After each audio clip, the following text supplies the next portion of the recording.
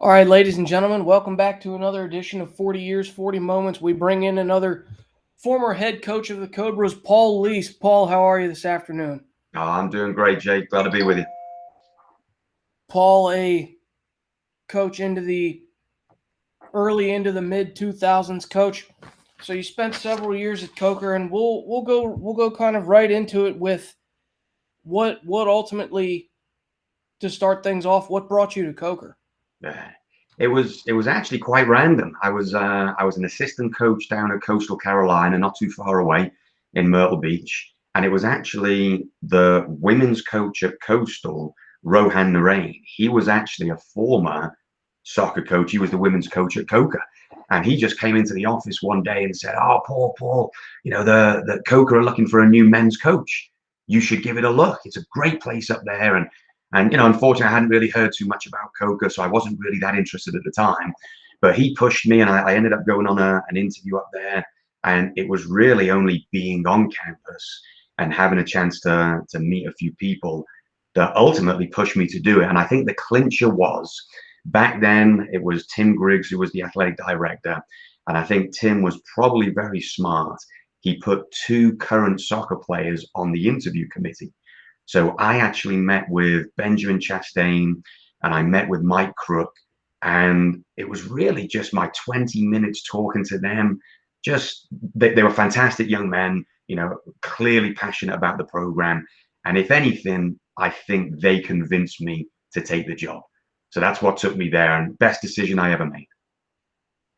Well, that's fantastic to hear. We'll move right along with in your time at Coker. Is there one particular memory that sticks out in your mind? There really are loads. It's always tough to just pick one. Obviously, all the times that you spend with the players, whether it's on the training field, all the sprints, all the goalposts that we did, the journeys on the bus. I remember coming back on the bus and we had our boys from Miami always playing the salsa music and all the American boys kind of dancing along and singing along and trying to speak Spanish on the bus. So many really genuine experiences with the players. But memories just in general, I think, feeling and hearing the pride of everyone connected with Coca. And, I'll put this down to, the staff, the faculty, the alumni, speaking to people like Rick Blanks and hearing all of his old stories. But one of the things that I think really exemplifies the pride that people had in Coca was a conversation I had with John Jewell. And I remember John, all the staff and faculty would come out and support the athletes and watch the games, which is fantastic. And Coca was the place where you could interact with everyone on campus. So you got to speak with a lot of the staff and faculty, and they always shared stories.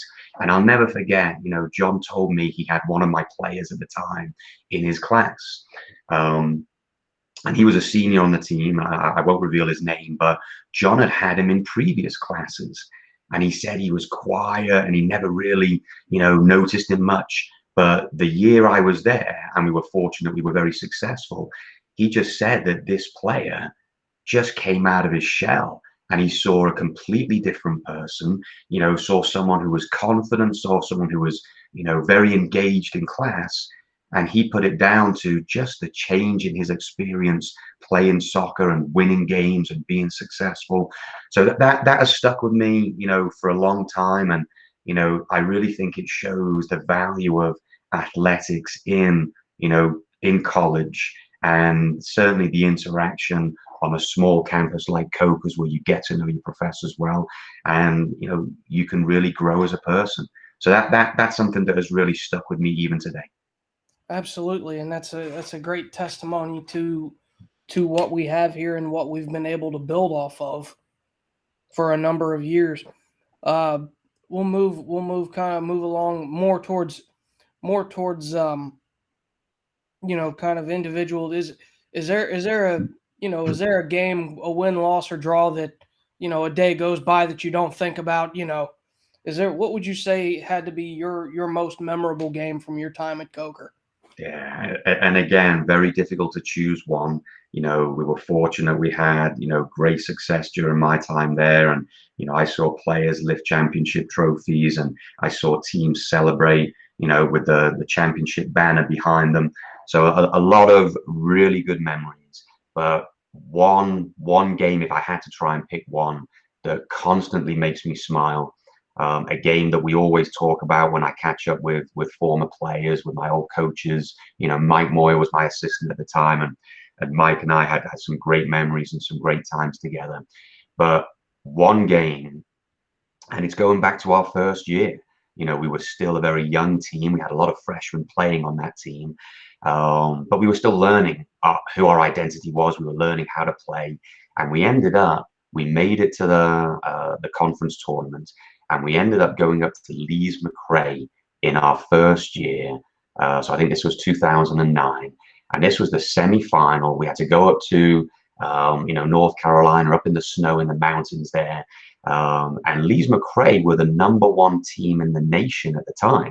They had a fantastic season. They actually went on, they made the NCAA tournament. They made it all the way to the final. Unfortunately, they lost in the final. But we were going up there and no one gave us a chance. And just to see on a very cold, really wintry night up in Banner Elk, and the character that our boys showed, we fought from minute one until the 90th, plus injury time. And we won the game 1-0 with a fantastic goal from Noah Lascelles. And it was in the dying minutes of the game. And all I can remember is, again, the passion, the commitment, the desire from our players who had never been given a chance, who dug out, really dug deep and pulled off a win against an opponent that was ranked #1 in the nation. No one gave us a chance.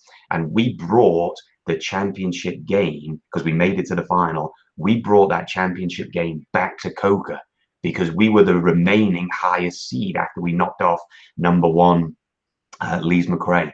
So, just the crowd and the parents that went up and supported us and chanting for Coker, and the faces on the players after the win, the celebrations, just the joy, but the togetherness that we showed that night, I'll never forget. Fantastic achievement. It's interesting that you mentioned that 2009 Lees McRae team. Believe it or not, Paul, in between stops at Coker, I did spend a year in Banner Elk. I know those snow and mountains all too well. And they had a fantastic team.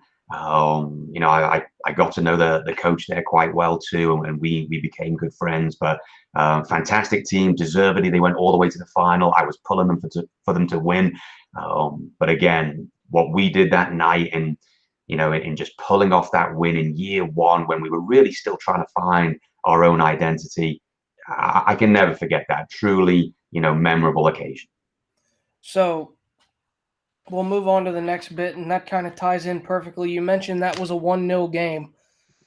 Mm-hmm. Is that, does that top your list of most memorable goals, memorable Coker goals in your time? Yeah, it does, Jake, for a number of reasons.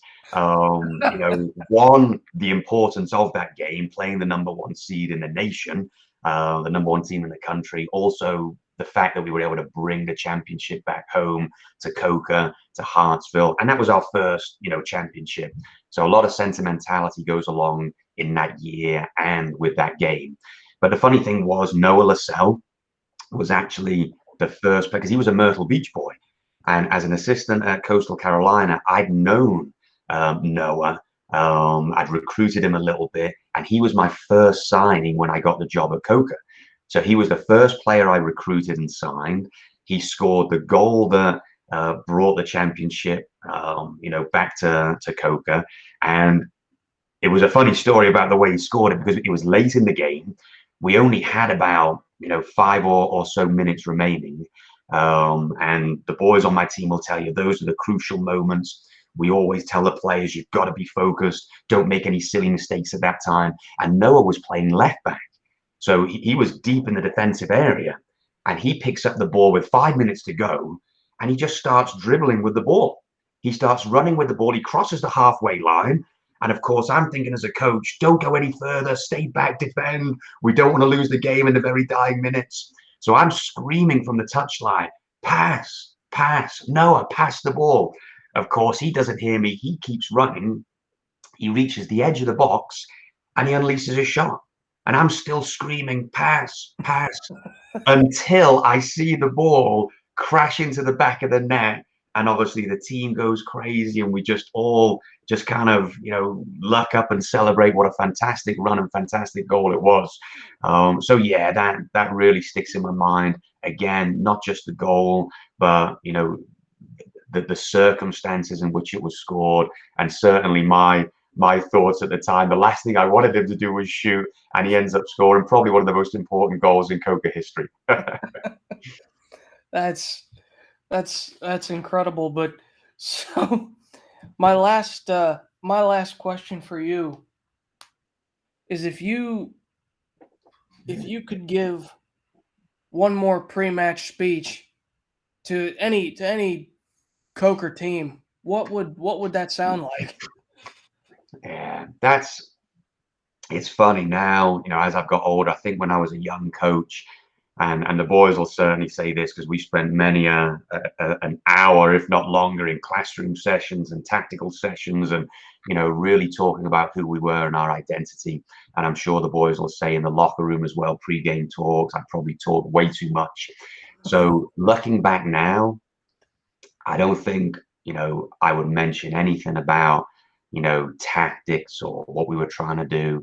I think now looking back and recognizing, the memories that I have from Coca and how much I enjoyed it. It was my first head coaching position.